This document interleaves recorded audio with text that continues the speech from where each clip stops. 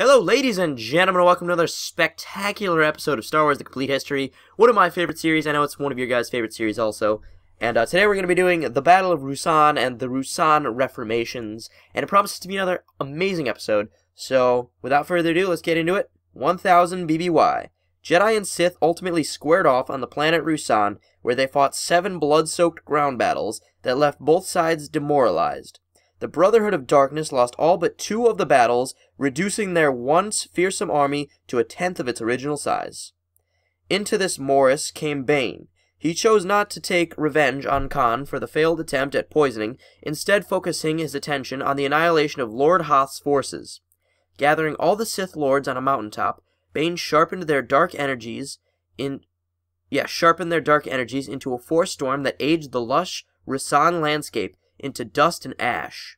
Khan used the opportunity to attack the reeling Jedi. Then the most devastating blow came for one of the Jedi Army's own recruits, an untrained boy named Tomcat. He killed Kyle Chaney with Chaney's own lightsaber, then defected to the side of the Sith. Unfortunately for the Sith, it was apparent that the power of the dark side had driven Lord Khan mad. Khan and his disciples hunkered in their underground chambers and used their powers to create a thought bomb, a volatile cauldron of seething force energy.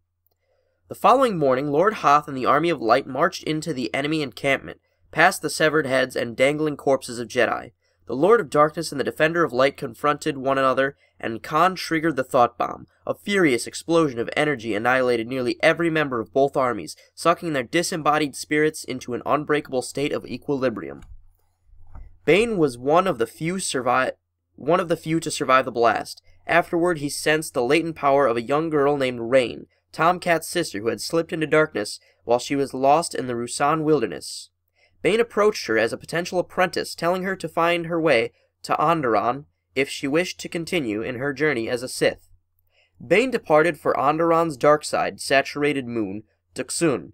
In the tomb of Freedon Nad, he meditated on Sith power as a barnacle-like obelisks.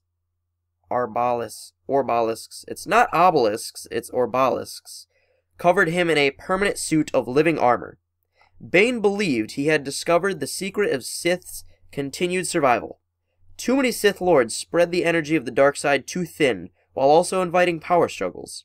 By establishing a strict dictate of only one master and one apprentice at a time, the Sith could dwell in the shadows until they had consolidated more power than ever before. Darth Bane retrieved Rain from Onderon, and she became his apprentice, Darth Zana. Meanwhile, the Jedi could not free the spirits from the valley that encircled the Ruusan battle site.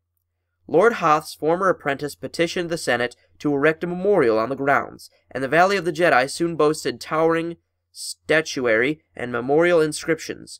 But the Jedi Order wished to forget its failure and deleted most mentions of the battle from their archives. The passage of time did the rest. Ruusan would be all forgotten within a few centuries, save for an enigmatic prophecy made by Ruusan's natives. A night shall come, a battle will be fought, and prisoners go free. The prophecy would remain unfulfilled until a year after the Battle of Endor. Alright, ladies and gentlemen, now we move on to the Ruusan Reformations, also 1000 BBY. Ruusan went down as a Republic victory. Khan's Brotherhood of Darkness was no more, and all the Sith Lords had either died or disappeared.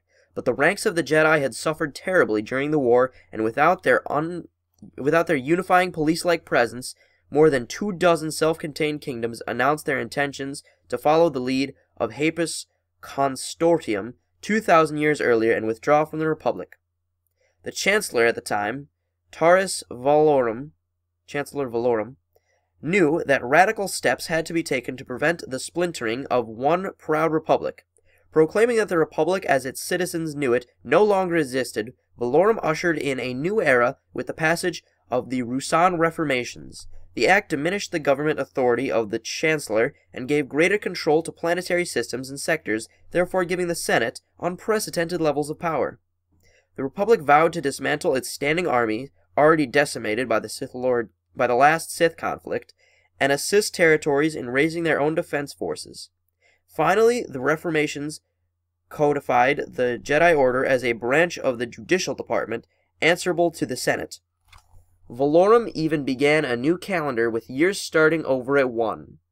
The Ruusan Reformations may have saved the Republic, but by giving every senator a powerful voice, Taurus Valorum had invited gridlock and greed. Frustration with the system would continue to grow among the populace throughout the following centuries.